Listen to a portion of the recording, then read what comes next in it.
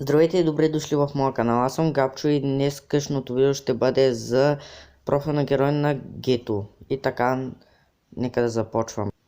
В превод от японски на български неговото цяло име Гето, не запомних останалото, но значи печелете с дъното, може да си представите.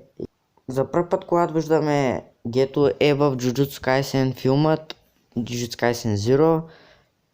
И след това го видяхме в Jujutsu Kaisen 2. И не съм сигурен за едно, но би трябвало да го има и в Jujutsu Kaisen 1. Не съм много сигурен.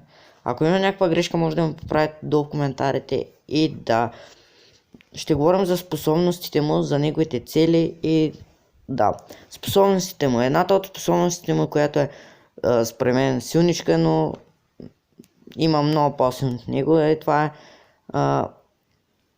Максимум Узумаки.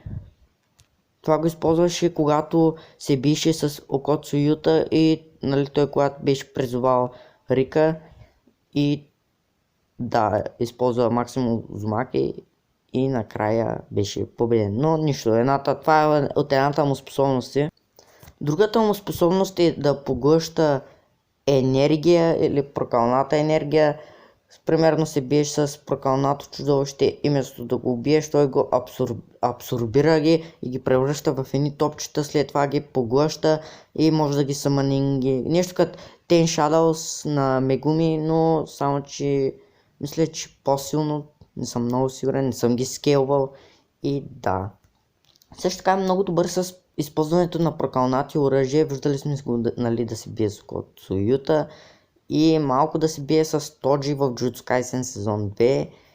И са неговите цели на Гето. Сега ще ви обясня. Значи всичко започва когато казва, не съм много сигурен, но мисля, че беше на Годжо Саторо във втория сезон или в Jujutsu Kaisen Zero, че хората, които са слаби, са просто едни жалки маймуни и са безполезни. Той иска да ги избие и да оставим малка част хора, които да го смятат за бог и да.